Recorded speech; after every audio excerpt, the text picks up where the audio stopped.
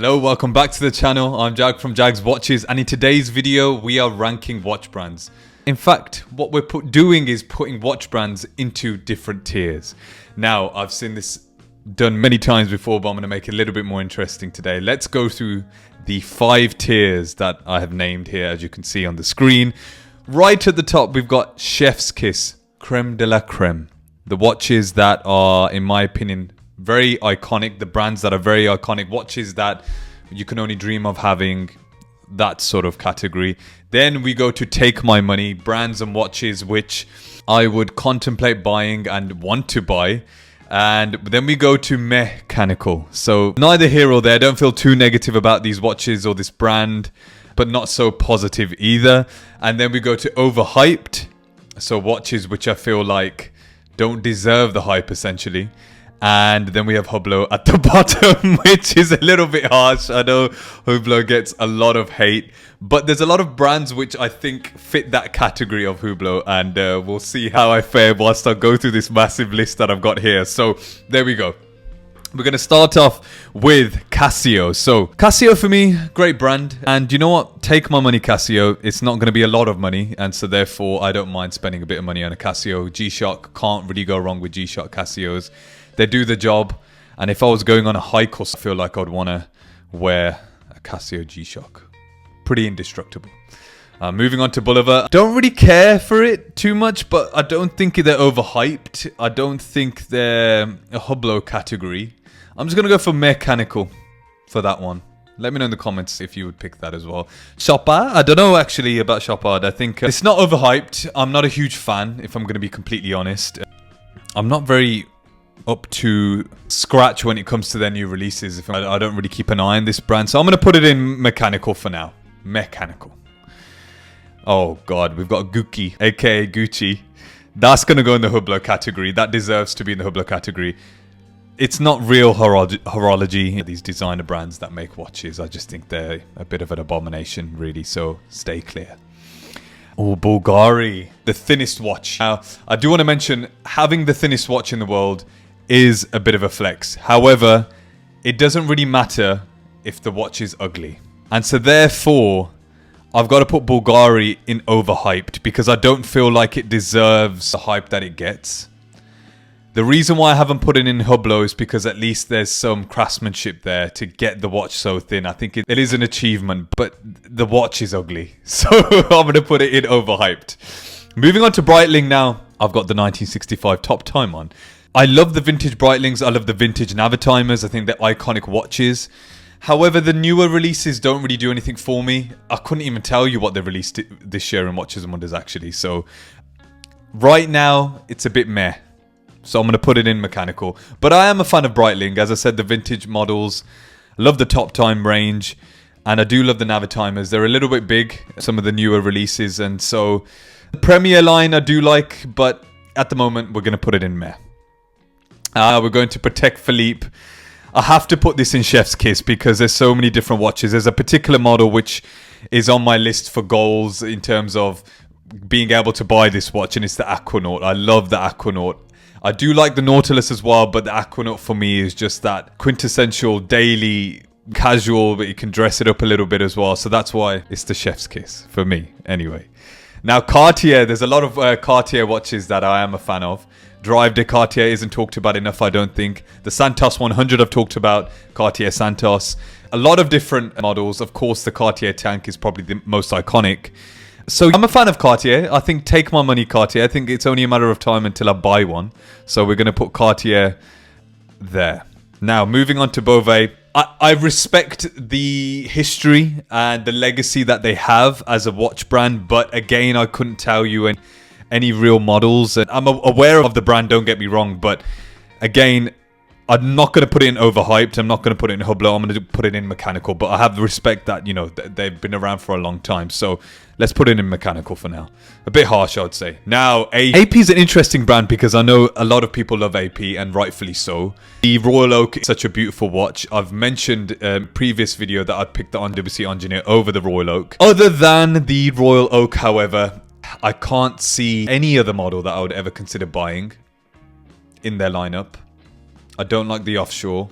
Surprisingly, I'm going to put this in overhyped. And that's going to annoy a lot of you watching. But personally, the Royal Oak, great watch.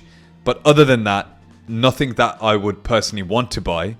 And I would still pick an engineer over that. So that's why it's there. Salvatore Ferragamo, Hublot. Don't need to say much more about that really, do I? Hermes, Hublot. Don't need to say much more about that, do I really? And Hublot!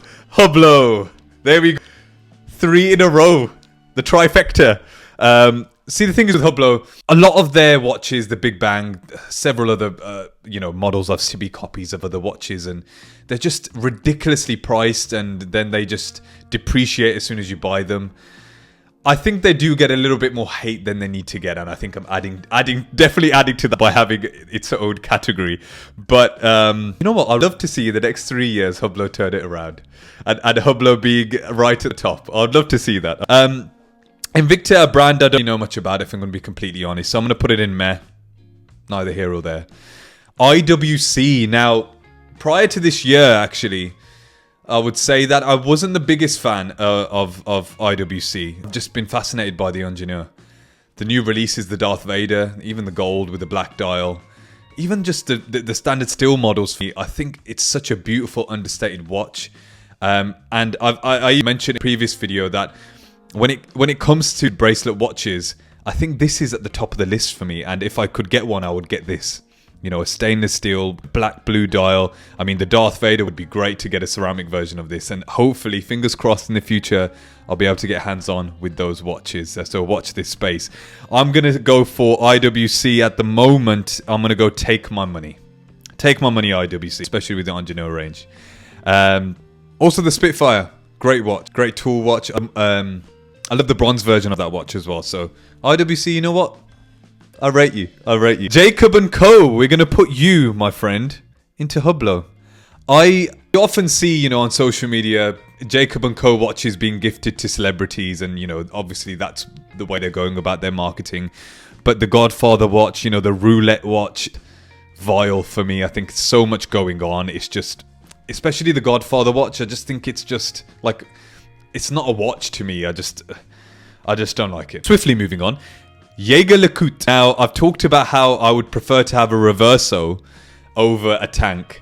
And I stick by that even today.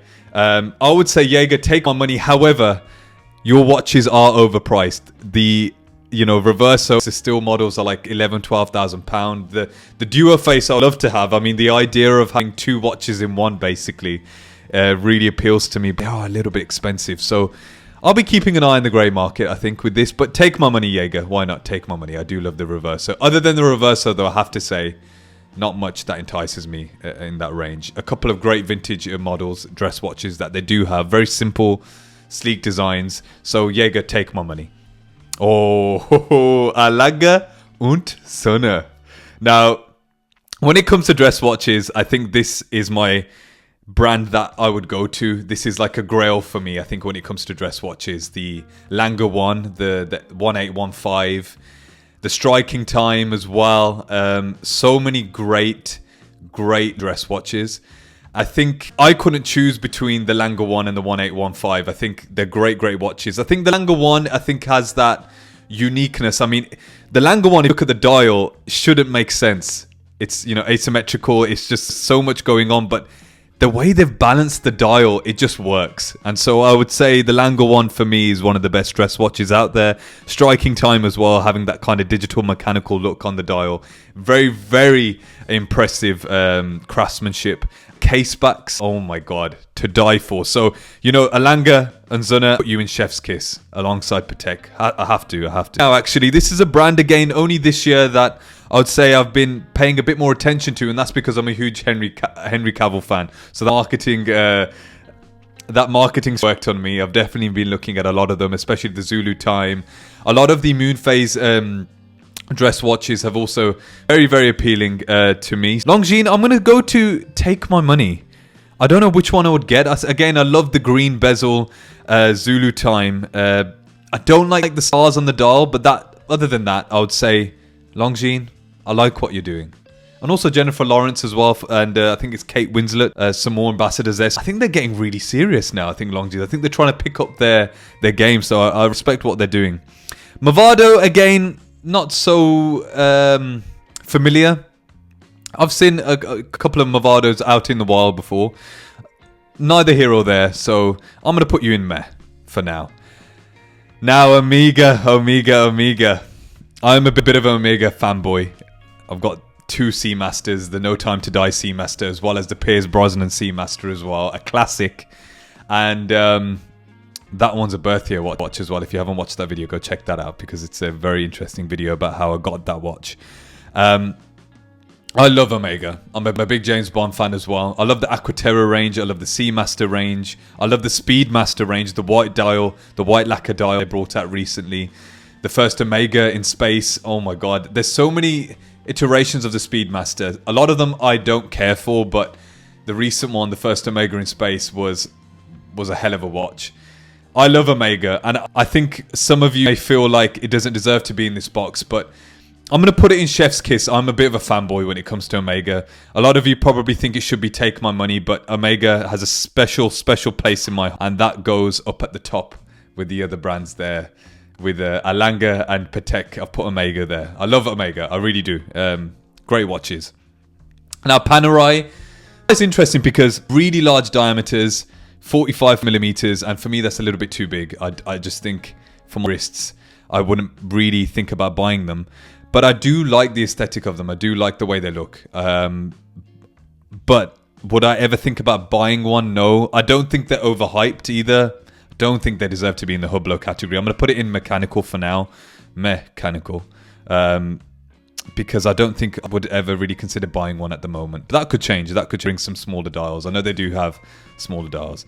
Raymond and Weil, don't really know much about you, mate. So I'm going to put you in mechanical. When I say I don't know much about you, I couldn't really name watches that they have. So that's why I've put it there. Richard Mille is going straight into the Hublot category. Oh my god. I think it's similar to Jacob Co. Toy watches. I think people who buy this watch have daddy issues, and I think I think they're trying to make up for something. I don't know what it is, but no, not for me. They look like toy watches, as I said, and just ridiculously priced. I just don't like the aesthetic of them. So Hublot it is. Moving on to Rolex. I've got to say, Rolex is a brand that really frustrates me because I love their watches, but the fact that you can't get the watches that you want just pains me. And I know many creators on YouTube have talked about this, but their watches are beautiful. Yesterday I was with one of my best friends. He has the Panda Daytona. Beautiful watch. I have to put you in chef's kiss. I have to, because there's so many beautiful watches. The Rolex Explorer 1. I love the Oyster Perpetual range as well, to have a pop of color in your watch collection. Daytonas are beautiful.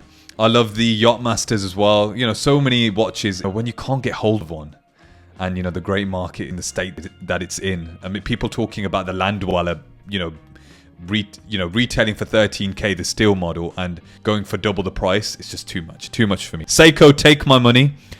I'm a bit upset that Grand Seiko isn't in here, but I'm going to pretend that this is Grand Seiko, so I'll take my money all day long. Seiko tag. Up until this year, this would have been in mechanical, but the new Formula 1 range, I know it's very expensive, but I'm going to keep an eye on that because I love that 90s aesthetic, the 80s aesthetic.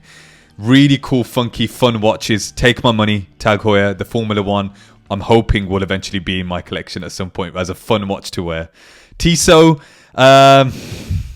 mechanical for me. I've mentioned I wouldn't personally buy a PRX in kind of the where I am in the watch collecting journey. I don't feel like it has a place in my watch collection. I've got some, swatches, moon swatches fit that category for casual pick up and go quartz watches. So Tissot I respect, but I'm going to put you in mechanical. TF, I'm not aware of. Quite embarrassing, actually. I've never heard of this brand. So you can rip me in the comments. I'm going to put you in meh for now. Tudor. I love Tudor. I've just released a video. I think my last video was on Tudor. And I talk about how I've constantly fought Tudor's battles in conversations with Rolex about how it's, Rolex's younger brother and you only if you can't afford a Rolex. But this year's releases have really disappointed me. I would have put it in Take My Money.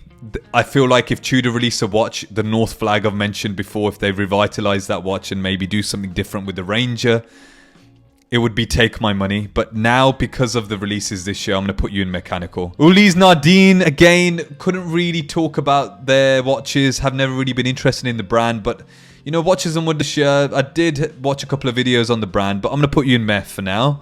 Vacheron Constantin, the 222 integrated bracelet. When we're talking about integrated bracelet watches, this is a beautiful watch. Very expensive though, very, very expensive. Do you like the 222? Would I pick it over the Engineer? I don't know. Oh, it's a difficult one. This is me being really, really optimistic that in the next 20 to 30 years, I'll be able to afford a Vacheron. So I want to go to Take My Money because I would love to have the 222. Great watch. Versace, get your ass into Hublot. And Zenith, a lot of history when it comes to the chronograph movement. I'm not going to go to... I think Zenith gets a bit more respect than it deserves. And I know it's because of the chronograph movement. I know there's that craftsmanship that deserves the respect. But their watches don't do it for me, so I'm going to put that one in overhyped. And there you have it. The first time I've done a tier list on the channel.